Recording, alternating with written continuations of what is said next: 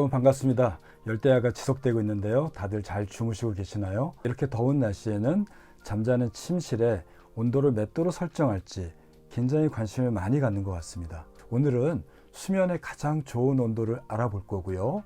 또 잠잘 때 체온이 떨어져야지 깊은 수면을 취할 수 있고 잠도 쉽게 들 수 있고 중간에 깨지 않는데 잠자기 전에 우리 체온을 떨어뜨리는 방법에 대해서 구체적으로 알아보도록 하겠습니다. 끝까지 집중해 주시기 바랍니다. 침실의 온도는 우리의 수면의 질에 막대한 아주 큰 영향을 줍니다. 온도의 변화에 따라서 우리는 쉽게 잠을 들기도 하고요. 중간에 자주 깨어나거나 잠을 들기도 어려워지게 됩니다.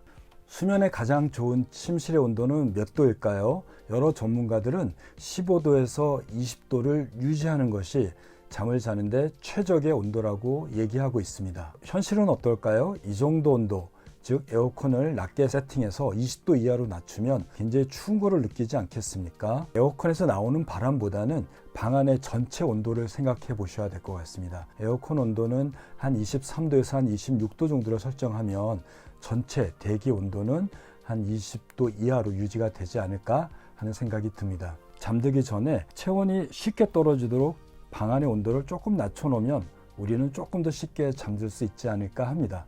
이렇게 더운 열대야 때는 방 안의 온도뿐만 아니라 대기 온도가 너무 높기 때문에 우리 체온이 안 떨어져서 다들 잠자는 게 어렵습니다. 온도가 우리의 수면에 어떤 영향을 미치는지 좀 알아봐야 될 것 같습니다.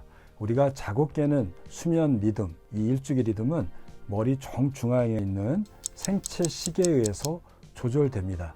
이 생체 시계는 햇빛, 밝은 빛, 또 블루라이트에 의해서 굉장히 민감한 반응을 보이게 되고요. 또 열심히 움직이는 활동량, 규칙적으로 먹는 식사량, 규칙적인 식사 시간에 의해서 굉장히 자극을 많이 받게 됩니다. 긴장하거나 불안한, 스트레스나 불안한 요인들도 생체 시계로 활성화됩니다. 이런 이유 때문에 많이 움직이고 약간 긴장되고 흥분하면 잠을 잘 못 잤다 하더라도 낮에 잘 견뎌낼 수 있는 겁니다. 밝은 대낮에 햇빛을 많이 쬐게 되면 뇌는 굉장히 활성화돼서 집중력이나 이해력이 굉장히 높아지는 것들을 볼 수 있습니다.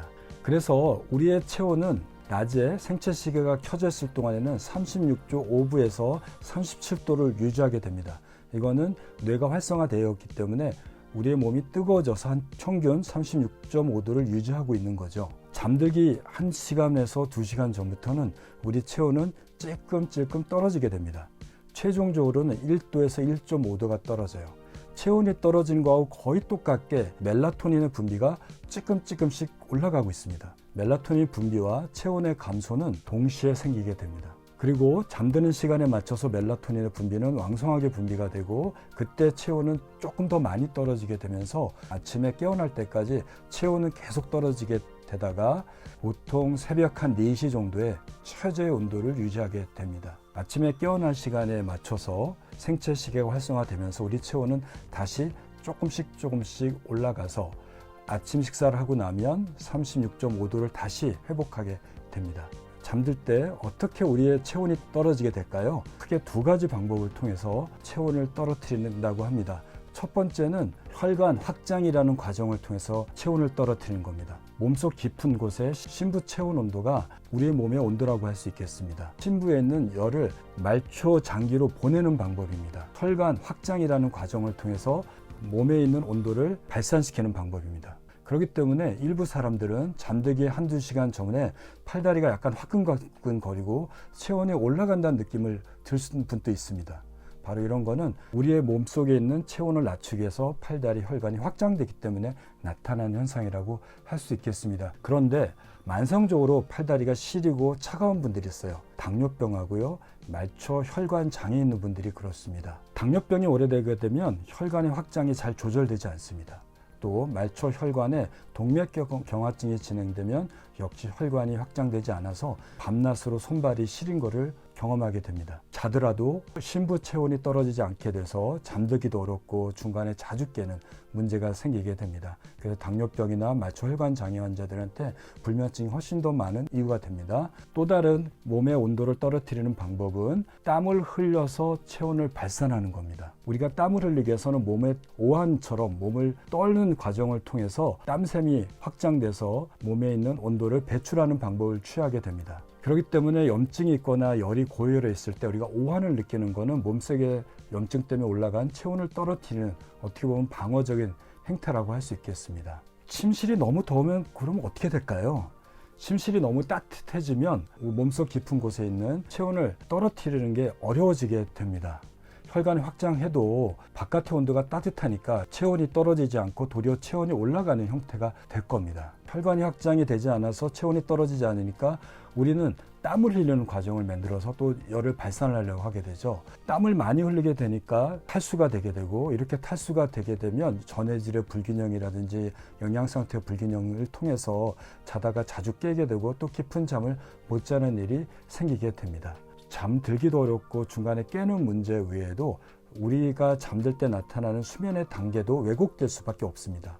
체온이 높아지면 몸의 회복을 관장하는 깊은 수면, 즉 서파 수면의 양이 확 줄게 돼요. 자더라도 깊은 잠을 적게 자니까 항상 피곤하고 잔 것 같지 않은 느낌, 그리고 주간에 졸음이 나타나게 됩니다. 또 하나는 REM 수면, 꿈꾸는 잠의 양도 굉장히 줄게 됩니다. 그러면 얕은 잠만 남게 됩니다. 깊은 수면을 통해서 육체적인 피로가 회복이 되고, 꿈꾸는 잠인 REM 수면을 통해서 기억력이나 감정 조절이 회복된다고 말씀드렸는데, 이 두 가지가 다 안 되는 수면을 갖게 돼요.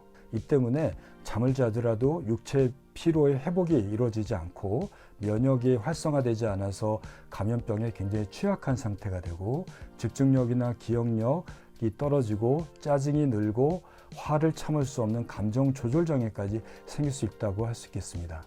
지금부터 수면 중에도 우리의 침실과 우리의 체온을 좀 더 시원하게 유지하는 방법을 말씀드리도록 하겠습니다. 첫 번째는 낮에 햇빛이 짱짱하게 내리칠 때는 블라인드를 쳐서 빛이 방 안으로 안 들어오도록, 즉 복사율이 높아지지 않도록 하는 것들이 좋을 것 같습니다.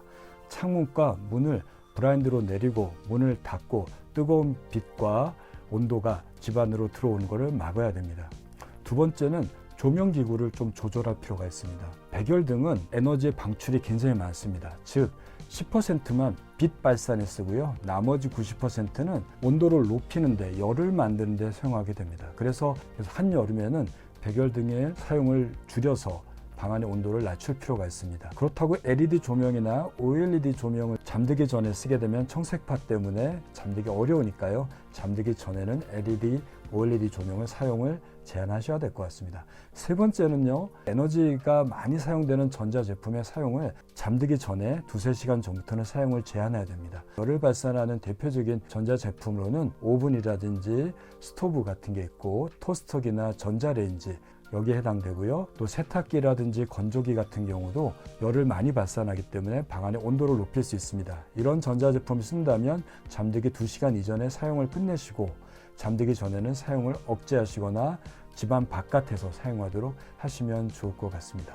네 번째는 창문을 잠들기 전에는 열어서 환기를 시키는 것도 좋을 것 같습니다. 방 안의 온도가 너무 높을 때는 저녁에는 온도가 낮아지니까 환기를 충분히 시켜서, 즉 대류를 이용하는 방법을 하는 것도 좋을 것 같습니다. 이제부터 말씀드릴 방법은 내 몸의 온도를 낮추는 방법입니다. 첫 번째는 매트리스라든지 이불의 소재를 통기가 잘 되고 땀이 흡수가 잘 되는 소재로 사용하시는 것도 좋을 것 같습니다. 두 번째는 잠들기 1-2시간 전에 약간 미지근한 물로 샤워를 해서 체온을 1-2도 정도 낮추면 그 시간에 우리 온도가 낮아지니까 조금 더 쉽게 체온이 낮아지도록 할 수 있습니다. 너무 뜨거운 온도로 샤워를 하시면 체온이 도리어 올라가고요, 다시 체온을 낮추는 과정이 시간이 필요하기 때문에 잠들기 어렵습니다. 너무 차가운 온도로 샤워를 하면 어떻게 될까요? 몸에 자극이 됩니다. 심장도 빠르게 뛰고요, 몸이 움츠러질 정도의 차가운 온도는 피하시는 게 좋고, 체온을 1-2도 떨어뜨릴 정도의 미지근한 정도로 10분 정도 샤워하시는 것은 도움이 될 것 같습니다. 수분, 음료를, 물을 많이 섭취하셔서 탈수가 안 되도록 관리를 잘 하시고, 잠들기 전에 시원한 냉수를 마셔서 온도를 조금 낮추는 것도 도움이 될 수 있을 거라고 생각이 됩니다. 잠자리가 혼자가 아니고요, 다른 가족들과 같이 자는 경우가 있겠죠. 이렇게 같이 자면 온도는 높아질 수 있습니다. 침대를 따로 쓰거나 베드를 나눠 쓰는 것도 하나의 방법이 될 수 있을 것 같습니다. 같이 자는 사람과의 공간을 좀 확보해서 통기나 공기 흐름이 원활하게 하도록 하는 것도 좋을 것 같습니다. 마지막으로는 여러분들이 다 하시는 방법인데요, 에어컨이나 선풍기를 활용하는 것도 방법입니다. 에어컨을 너무 낮게 놓으면 혈관이 확장돼서 우리 체온을 낮추는 과정을 방해하게 됩니다. 즉 방 안의 온도가 너무 낮아 버리면 혈관은 수축하게 되고요. 근육은 경직하게 됩니다. 그러면 심부 체온을 낮추기 위해서 말초 혈관을 확장시키려는 명령이 팔다리로 잘 전달이 안 돼요. 그렇게 되면 근육은 계속 긴장되고 혈관 수축하게 되니까 혈액순환이 원활치 않게 되고 또 심부 체온은 떨어지지 않고 몸속에 갇혀져 있는 상태가 되기 때문에 잠은 들기 어렵고 혈관 장애로 인해서 냉방병에 노출되기가 쉽습니다. 에어컨을 사용한다면 23도에서 26도 정도를 유지하시고요. 주로 잠들기 초반 한두 시간 정도 켜놓고 뒤에는 타이머를 통해서 온도를 높게 설정하거나 꺼도록 하시는 것도 도움이 될 것 같고요. 선풍기도 너무 강한 바람보다는 약한 바람을 통해서 타이머를 설정해서 잠의 초반, 즉 한두 시간 동안에 시원하게 유지하시고 후반에는 대기 온도가 낮아지게 되니까 자연 온도를 통해서 숙면을 취하는 게 훨씬 더 유리한 방법이 아닐까 싶습니다. 우리가 할 수 있는 노력을 통해서 잠들 수 있도록 도와주는 심부 체온을 떨어뜨리고 그를 통해서 깊은 잠과 숙면을 취하기를 바라는 마음으로 이 영상을 준비했습니다. 여러분들한테 꿀잠 자는 데 많은 도움이 됐으면 바람입니다. 네, 감사합니다.